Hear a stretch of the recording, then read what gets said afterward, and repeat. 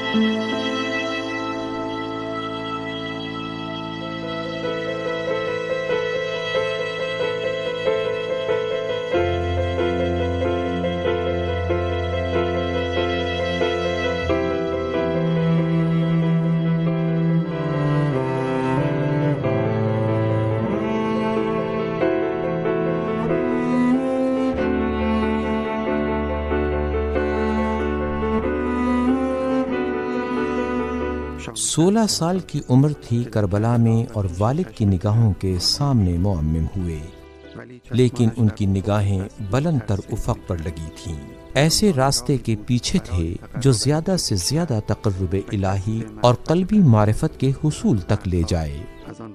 بعد میں ان دنوں کو یوں یاد کرتے ہیں، جب میں کربلا میں تھا تو ہر روز سید الشہداء علیہ السلام کے حرم میں جایا کرتا تھا، ان سے درخواست کیا کرتا تھا کہ علوم حوزہ کے درس و بحث کے ساتھ ساتھ تہذیب نفس اور باطن کے تزکیے میں میری مدد فرمائے۔ بے شک وہ جانتے تھے کہ تہذیب نفس اور تزکیہ باطن ایسا راستہ ہے جسے استاد کامل کے بغیر مکمل نہیں کیا جا سکتا۔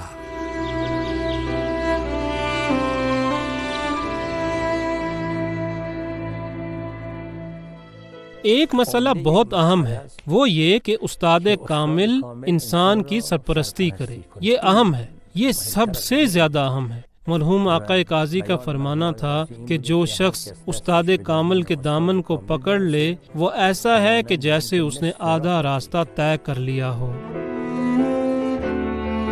محمد تقی جانتا تھا کہ کربلا میں ایسے استاد کو تلاش نہیں کر سکتا۔ حوزہ علمیہ کربلا دنیاوی علوم کا مرکز تھا، خاص طور پر ادبیات عرب کی جگہ تھی، لیکن اس بات کو بھی جانتا تھا کہ سید الشہداء علیہ السلام وادی معرفت کے لیے باب ورودہ یعنی داخل ہونے کا دروازہ، اپنے مقصود تک پہنچنے کے لیے کلید کو اسی درگاہ سے لینا ہوگا۔ پس اسی قدر منتظر رہے اور اصرار کیا اور اس درگاہ کے دروازے پر دستک دی، اس قدر جوار حرم سید الشہداء علیہ السلام پر رہے کہ جواب آیا اور اس گمشدہ کا نام بتا دیا گیا، سید علی قاضی، جو کہ عرفان کے میدان میں بڑی شخصیت تھے لیکن رائج علمی بحثوں سے دور تھے۔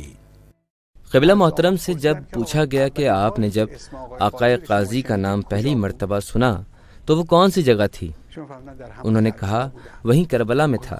پوچھا گیا کہ آقا قاضی کا نام کربلا میں کس طرح، وہ تو نجف میں بھی گوشہ نشین تھے۔ کہنے لگے کہ جب آقا طباطبائی کے بھائی محمد حسن کے ساتھ میری آشنائی ہوئی اور وہ ہمارے مدرسے میں آیا کرتے تھے، وہاں ان کی بات ہوئی تھی۔ میرے والد کی وہاں کربلا میں چلو کباب کی دکان تھی۔ اکثر شب جمعہ میں آقا قاضی اپنے بعض مخصوص شاگردوں کے ہمراہ کربلا آیا کرتے تھے۔ حرم و زیارت وغیرہ کے بعد وہاں کھانا کھانے کے لیے آیا کرتے تھے۔ بالآخر سن 1933 میں محمد تقی نے کربلا کو نجف کے قصد سے ترک کیا۔ اس زمانے میں نجف کا حوزہ زیر سرپرستی مرجع عام و خاص آیت اللہ العظمیٰ سید ابو الحسن اصفہانی کام کر رہا تھا۔ وہ کوشش کر رہے تھے کہ ہر طرح کے سیاسی و اقتصادی دباؤ کے باوجود نجف کے 1000 سالہ حوزے کو باقی رکھیں۔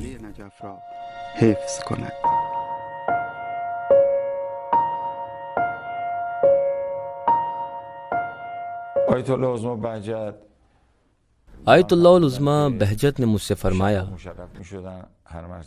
ہر شب حضرت امیر المومنین علی علیہ السلام کے حرم مشرف ہوتا تھا۔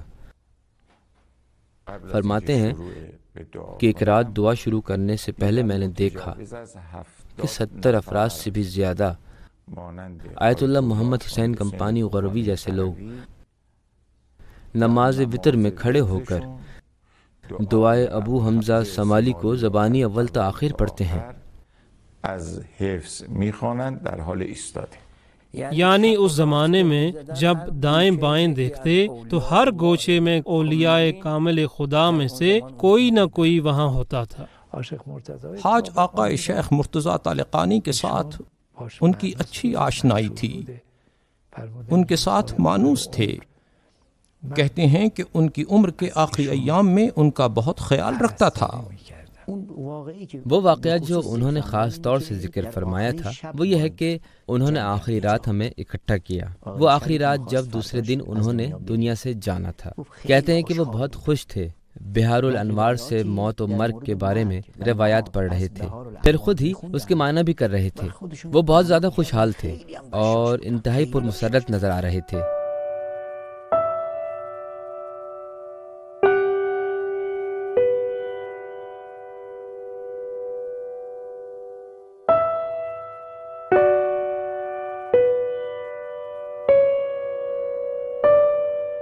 مرحوم عقائے بہجت کو اللہ تعالیٰ نے جو توفیقات عنایت کی تھیں، ان میں سے ایک یہ تھی کہ مختلف اوقات میں وہ علوم فقہی، اصولی اور عقلی میدانوں میں بڑے معروف اساتذہ کے پاس پڑھتے رہے ہیں۔ انہوں نے مرجع بزرگ آیت اللہ العظمیٰ سید ابو الحسن اصفہانی کے پاس علم حاصل کیا۔ مرحوم آیت اللہ غروی اصفہانی سے بھی علم حاصل کیا، جو کہ فقہ، اصول و علوم عقلی کے علاوہ معنوی جہدات سے بہت مضبوط شخصیت تھے۔ مرحوم آقائے گروی مرحوم آقائے شمس حسین بہت عظیم اور ماہر استاد تھے۔ ان کے شاگرد بہت نمایاں افراد تھے، جیسے آقائے خوئی وغیرہ۔ مرحوم آیت اللہ نائینی اور مرحوم آیت اللہ ضیاء الدین عراقی ان لوگوں میں سے ہیں جن کے پاس آیت اللہ بہجت نے تعلیم حاصل کی۔ یقیناً سب ایک جیسے نہ تھے۔ مرحوم آقا نائینی کے بعض وہ درس جن میں وہ موجود نہ تھے، ان تمام دروس کو آقا خوئی کے ذریعے حاصل کیا تھا، جبکہ میرے لیے یہ بات تعجب خیز تھی کہ آقا بہجت جناب خوئی کے درس میں جائیں، لیکن وہ چاہتے تھے کہ آقا نائینی نے جو کچھ درس میں سمجھایا ہے اسے حاصل کریں۔ اس بارے میں کیا عرض کروں؟ حتی نقل شده است از یکی از کسانی که ما درک کردیم زمانش را که گفته است که آصد ابوالحسن خدا رحمتش کنه در عبادات اعلم است از مرحوم نائینی و نائینی در معاملات اعلم است از فلان از آصد ابوالحسن. دیگران میگفتن آصد ابوالحسن در جزئیات اعلم است، در فروع جزئیه اعلم است، و اما میرزا نائینی در کلیات و در قواعد اعلم است.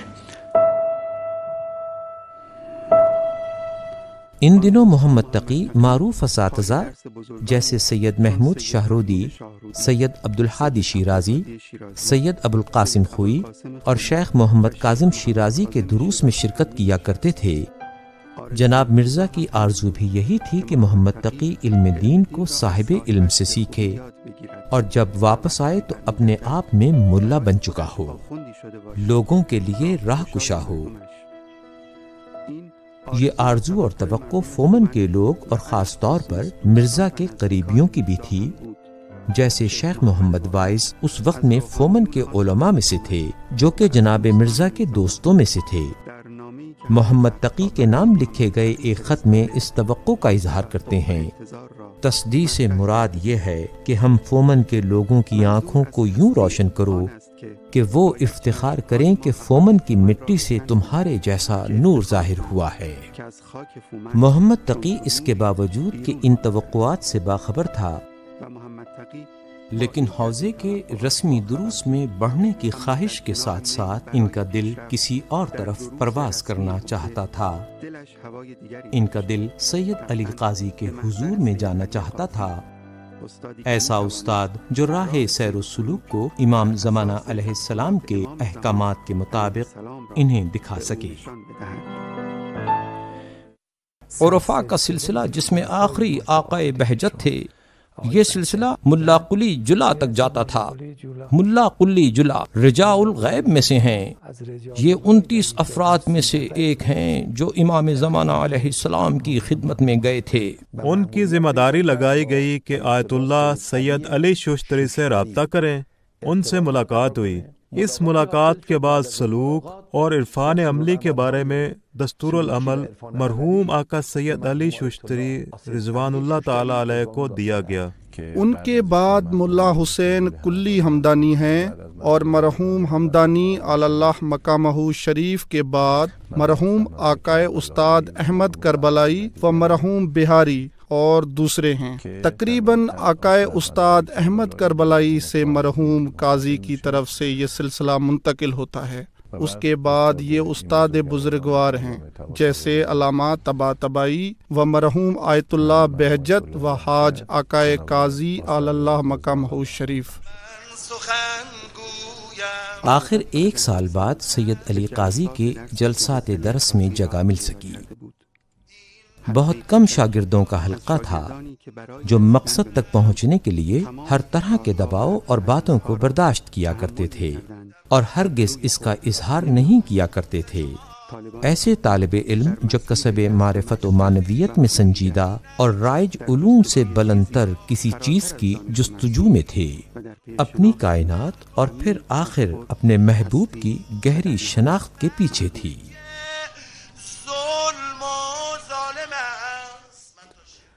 آیت اللہ قاضی بزرگ کے شاگردوں کے حالات میں ہم دیکھتے ہیں کہ 10 سال، 12 سال یا 15 سال تک صرف زیر تربیت رہتے تھے۔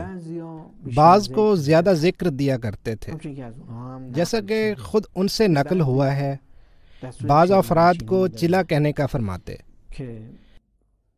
ان افراد کا بیان ہے کہ جب دروازے دیر سے کھلتے تھے تو چلے کے بعد چلے کا حکم دیتے تاکہ معنویت کے دروازے کھلنے کا زمینہ فراہم ہو جائے۔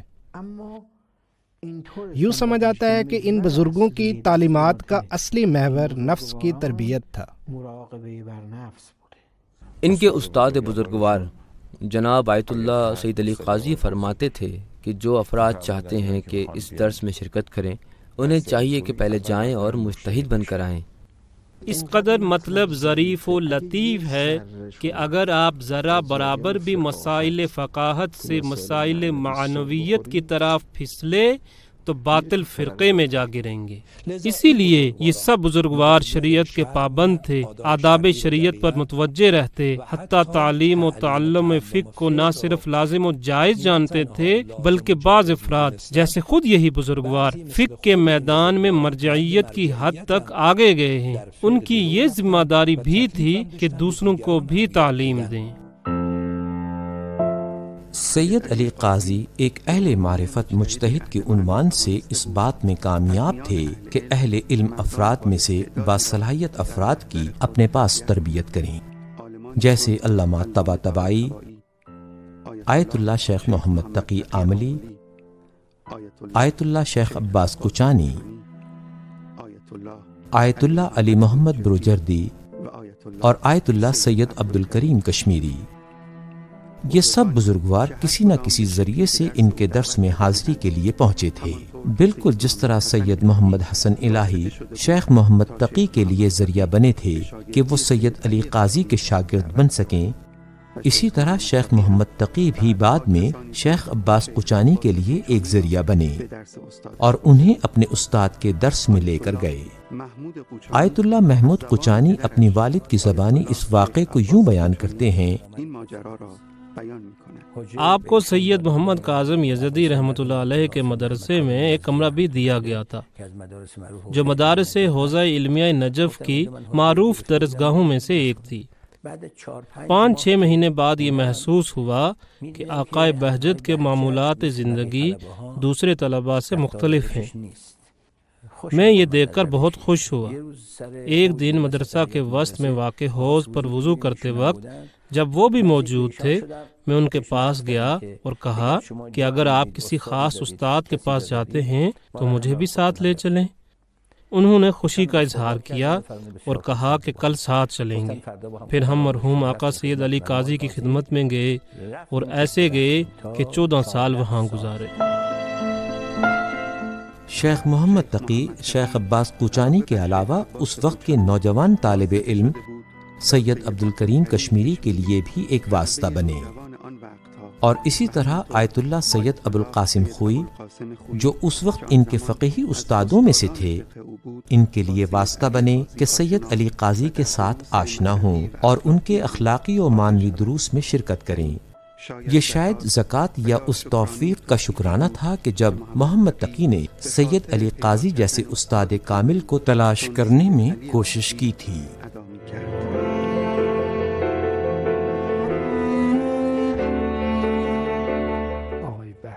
آقا بہجت نے ایک مرتبہ بھی اپنے استاد سے سوال نہیں کیا، وہی شرط جو جناب خضر نے حضرت موسیٰ علیہ السلام سے کی تھی کہ جب تک میرے ساتھ رہو مجھ سے کوئی سوال نہ کرنا۔ آقا بہجت اس طرح کے تھے، یعنی تسلیم محض تھے۔ آقا فرمایا کرتے تھے کہ جو چاہتا ہے کہ سیر و سلوک میں قدم رکھے، اسے چاہیے کہ پہلے وہ حکم جو اس کا استاد اسے دے اس کو حکم حضرت صادق کی طرف سے شمار کرے۔ پھر کئی مرتبہ ایسا ہوتا کہ مرحوم آقا قاضی کسی بات کو فاضل گیلانی کے عنوان سے آقا بہجت کی طرف سے نقل کرتے تھے، جبکہ انہوں نے ایسی کوئی بات زبان پر بھی نہ لائی ہوتی۔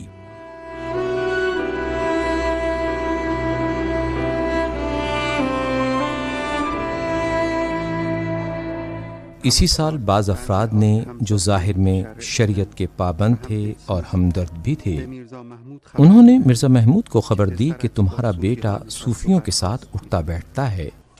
مرزا جو اپنے بیٹے کے مستقبل و بہتری کے بارے میں پریشان و فکر مند تھے، اس سے کچھ توقعات بھی تھیں، لہٰذا انہوں نے اس بات پر شک نہ کیا اور اسی فومن سے جوان شیخ کے نام خط میں لکھا کہ عبادت کے حوالے سے واجبات کے علاوہ کسی اور امر میں مشغول نہ ہو۔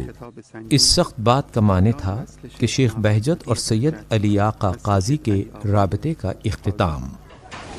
اس کے بعد ان کے والد گرامی نے آیت اللہ بہجت کو آقائے قاضی کی خدمت میں جانے سے منع کر دیا، تو آیت اللہ قاضی نے فرمایا کہ مرحوم آیت اللہ العظمیٰ سید ابو الحسن اصفہانی کی خدمت میں جاؤ۔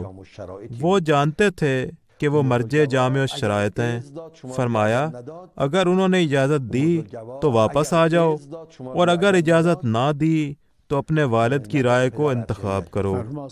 مرحوم آقائے ابو الحسن کا اصرار تھا کہ نجف اصول و فقہ کا مرکز ہو۔ ان کی زیادہ تاکید یہ تھی کہ طالب علم نجف سے مجتہدین بن کر جائیں۔ آیت اللہ العظمیٰ سید ابو الحسن اصفہانی کی سید علی آقائے قاضی کے ساتھ دوستی ان کی مرجعیت سے کئی سال پہلے سے تھی۔ سید ابو الحسن جانتے تھے کہ مرزا علی آقا شریعت کے پابند عارف ہیں، جناب قاضی بھی ان کے باطن کی پاکیزگی اور روحانی کیفیت سے آگاہ تھے۔ دونوں اس افراط و تفریط سے پریشان تھے جو معرفت اور سیر السلوک کے نام سے مختلف گروہوں میں رواج پا چکی تھی۔ یہی وجہ تھی کہ آیت اللہ سید علی قاضی نے شیخ محمد تقی کو آیت اللہ اصفہانی کے پاس بھیجا تاکہ پھر جو بھی فیصلہ کرے اپنے مرجع تقلید کی اجازت کے ساتھ کرے۔ وہ پھر آیت اللہ العظمی آقائے سید ابو الحسن اصفہانی کی خدمت میں گئے۔ انہوں نے فرمایا کہ باپ کا حکم واجب ہے۔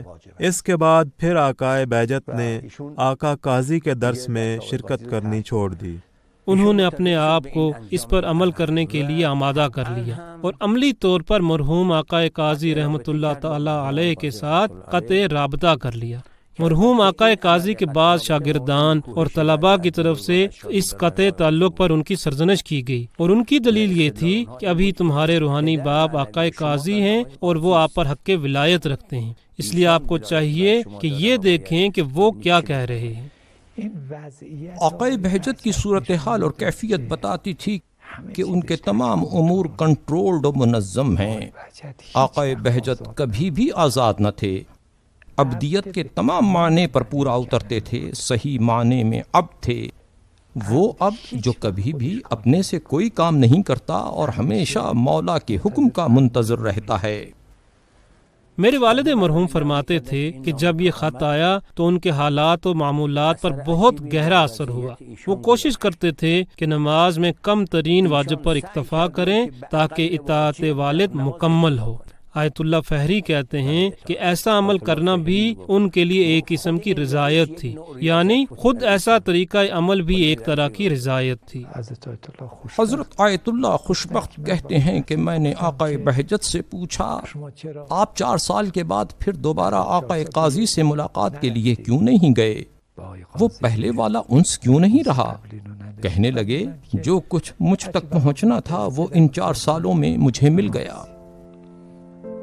اگرچہ آیت اللہ العظمی بہجت کا یہ بیان اور اسی طرح کی ان کی صلاحیت کے بارے میں وہ تعریف جو سید علی قاضی کے اکثر شاگردان کرتے تھے، اس سے معلوم ہوتا ہے کہ شیخ محمد تقی ان 4 سالوں میں جو کچھ استاد سے حاصل کرنا چاہتے تھے حاصل کر چکے تھے، لیکن سید علی آقا قاضی سے دوری اور ان کے درس کی روحانی فضا سے دوری نے جوان فاضل گیلانی کو اس قدر اداس کر دیا تھا کہ وہ آہستہ آہستہ دوسروں سے الگ تھلگ ہو گئے، جس کی وجہ سے وہ گوشہ نشینی اور تنہائی میں چلے گئے۔ گہری خاموشی اختیار کر لی کہ شاید یہ ان کے استاد کی طرف سے آخری دستور عمل تھا۔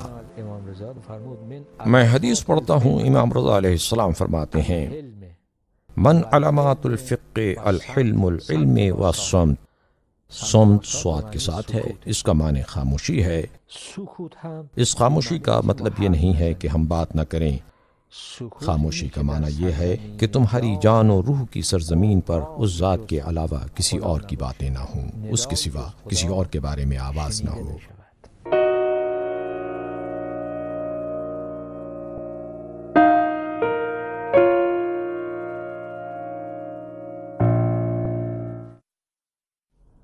پیاسے اگر دنیا میں پانی کی تلاش کرتے ہیں تو پانی بھی دنیا میں پیاسوں کی تلاش کرتا ہے۔ ایسا نہیں ہے کہ صرف پیاسا کسی چشمے کی تلاش میں ہے، بلکہ چشمہ بھی پیاسے ہونٹوں کی تلاش میں ہے۔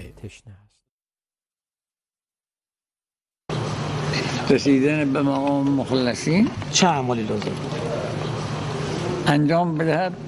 عمل مخلصین را. عمل مخلصین چیه؟ بله، تا اخلاص از طرف ما نباشد، اخلاص از طرف اونی که طالب اخلاص است نیست که اون به حسب صورت دارمدار این است که ما اختیار بکنیم عبودیت خالصه را یا اختیار نکنیم عبودیت خالصه را. ما تا اخلاص نکنیم او آثار اخلاص خودش را که مخلص بودن ماست ترتیب نمیدن. ایک ایسا شخص جو پڑھا لکھا نہیں تھا اور غافل انسانوں میں سے تھا، جیسے مرحوم احبری، حاج ہادی احبری، خدا تعالیٰ کی رحمتیں ان پر ہوں، 40 سال کی عمر میں ان کی زندگی میں ایک انقلاب آ گیا. وہ جنگل میں چلا گیا اور جو لکڑی ہاتھ میں آتی خود کو مارنے لگتا. بعد ایسی جگہ پہنچ گیا کہ جب امیر المومنین علیہ السلام کے حرم میں اس نے عرض کی کہ یا امیر المومنین علیہ السلام، میرے سامنے بہت طویل سفر ہے، مجھے ایک بھائی چاہیے جو راستے سے آگاہ ہو اور میں اس سے کہوں کہ مجھے اس راستے پر لے چلے. جب وہ حرم سے باہر نکل رہے تھے تو مرحوم آیت اللہ العظمی آقا میلانی آئے. اس کے سامنے آ کر کہتے ہیں جناب ہادی، آپ کیا چاہتے ہیں کہ ہم دونوں بھائی ہونے کا صیغہ پڑھیں؟ ایک مرجع تقلید نے ان کا ہاتھ پکڑا اور اپنا بھائی بنایا. پھر جناب ہادی کی وفات کے بعد آقا میلانی بہت روئے اور کہا، میرا ایک بھائی تھا جو اہل جاذبہ میں سے تھا. اس کے باوجود کہ حاج ہادی احبری پڑھے لکھے نہیں تھے، لیکن روشن ضمیر اور باطنی طہارت رکھنے کی وجہ سے اپنے زمانے کے علماء ان کا احترام کرتے تھے، جیسے آیت اللہ العظمی میلانی، آیت اللہ العظمی انصاری حمدانی اور حاج شیخ اسماعیل دولابی حاج ہادی کے ساتھ بہت گہری دوستی اور انس و محبت رکھتے تھے. حاج شیخ ہادی نجف آئے. اس وقت تک آقائے بہجت کو انہوں نے بالکل نہیں دیکھا ہوا تھا، صرف ان کی تعریف سن رکھی تھی. وہ نجف اشرف آئے اور حضرت امیر المومنین علیہ السلام کے حرم میں گئے. جب حرم سے باہر آ رہے تھے تو کہتے ہیں کہ یا علی، کسی اچھے چہرے والے کو مجھ سے ملائیں. یہ کون لوگ ہیں جو یہاں جمع ہیں؟ یہ کیسے لوگ ہیں؟ دنیا کے لوگ. حرم سے باہر آئے اور صحن میں قبلہ کی سمت باہر بازار کی طرف چل دیے. ادھر سے مسجد شیخ انصاری کی طرف جا رہے تھے. اب جیسے بھی ہوا، اس نے حضرت کے سامنے ایک مزاح کیا کہ مجھ سے کسی اچھے چہرے والے کو ملائیں. کہتے ہیں کہ مجھے نہیں معلوم کہ میں کہاں جا رہا تھا. بازار میں چلتے ہوئے سگار جلایا اور سارے بازار میں اس کا دھواں پھیلاتے ہوئے چلے جا رہا تھا. کچھ دور پہنچ کر ایک مدرسہ کے دروازے پر ٹھہرا، پھر اندر چلا گیا. اس کے چاروں اطراف میں کمرے تھے. میں ایک جگہ بیٹھ گیا. وہاں اوپر ایک کمرہ تھا. ایک دفعہ اوپر والے کمرے کا دروازہ کھلا اور کسی نے مجھ سے کہا کہ اوپر آ جائیں. واقعی بہجت تھے. اس وقت تک دونوں نے ایک دوسرے کو نہ دیکھا ہوا تھا اور نہ ہی ایک دوسرے کو پہچانتے تھے. وہ اوپر چلے گئے، دونوں بغل گیر ہوئے. پھر 1 گھنٹہ وہ روتے رہے. اس کے بعد میں نیچے آیا اور چلا گیا. ہم نے ایک حرف بھی بات نہیں کی. پھر کبھی ایک دوسرے سے نہ ملے، یہاں تک کہ دونوں مر گئے.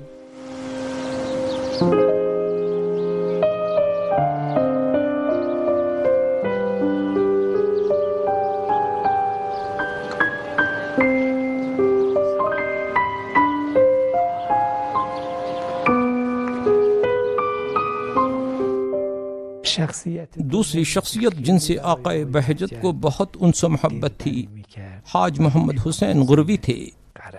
شاید آیت اللہ العظمی قاضی رضوان اللہ تعالی علیہ کے بعد ان کی شخصیت سازی میں سب سے زیادہ مؤثر ترین شخصیت حاج آقا مرحوم شیخ محمد حسین غروی اصفہانی المعروف کمپانی رضوان اللہ تعالی علیہ تھے. صرف مرحوم کمپانی کو مطلقاً استاد کے لقب سے پکارتے تھے. جب بھی استاد کہتے ان سے مراد وہی ہوتے تھے. جبکہ تقریباً 3 سال تک آقائے نائنی کے پاس بھی پڑھتے رہے، لیکن آقائے نائنی کو استاد نہیں کہتے تھے.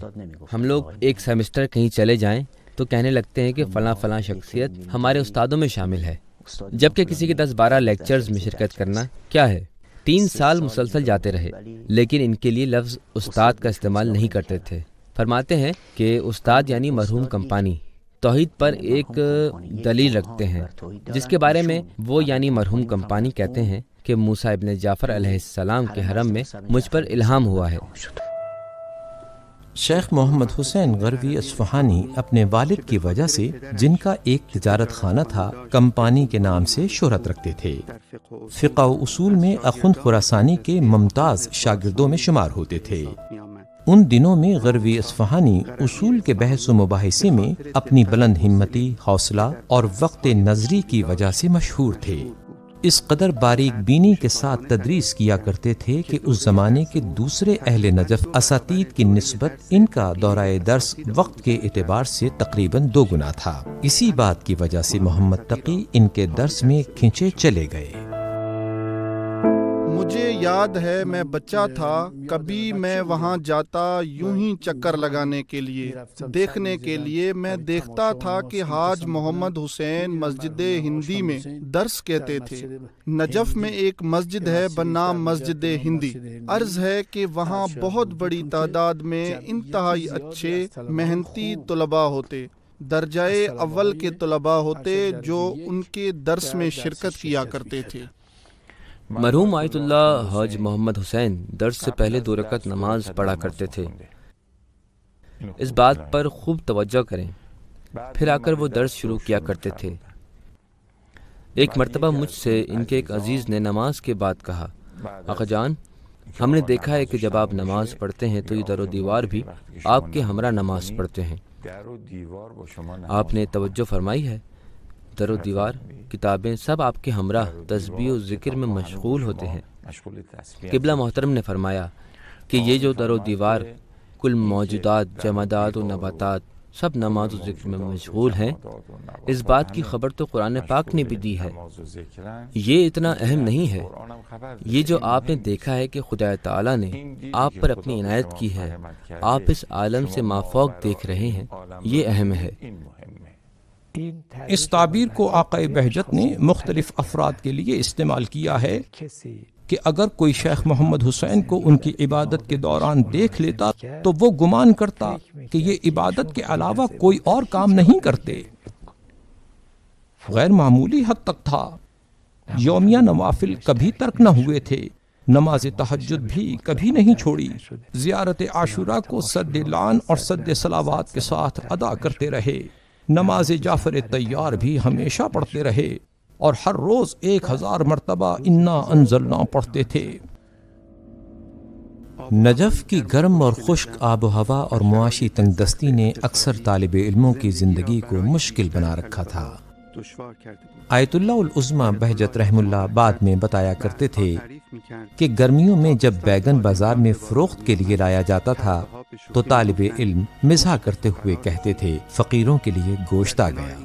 ان حالات میں بھی محمد تقی مرحوم غروی اصفہانی جیسے علماء کے درس میں شرکت کرتے۔ یہ درس طالب علم کی زحمت اور سخت کوشش کے بغیر ممکن نہ تھا۔ کئی گھنٹے کام اور مطالعہ، طویل و سخت عبادات نے محمد تقی کے جسم کو آہستہ آہستہ نحیف اور کمزور کر دیا تھا، اس کے بدن کو پگھلا دیا تھا۔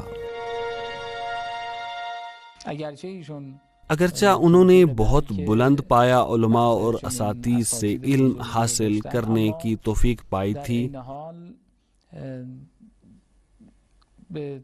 لیکن اس کے باوجود انہوں نے کسی کو کاپی نہیں کیا۔ حاج آقائے محمد حسین اصفہانی کے بارے میں مشہور ہے کہ مسائل فلسفی میں ید طولا رکھتے تھے اور کبھی مسائل اصولی میں مسائل فلسفی کو بھی شامل کر لیتے تھے۔ لیکن جہاں تک ہم دیکھتے ہیں کہ مرحوم آیت اللہ العظمی بہجت اپنے استاد کی طرح مسائل فلسفی کو اور اس کے برہانی طریقہ کار کو مسائل اصولی میں شامل نہیں کیا کرتے تھے۔ طریقہ کار میں ایک استقلال پایا جاتا ہے۔ طریقہ کار کے ساتھ ان کے وجود میں فکری استقلال بھی پایا جاتا ہے۔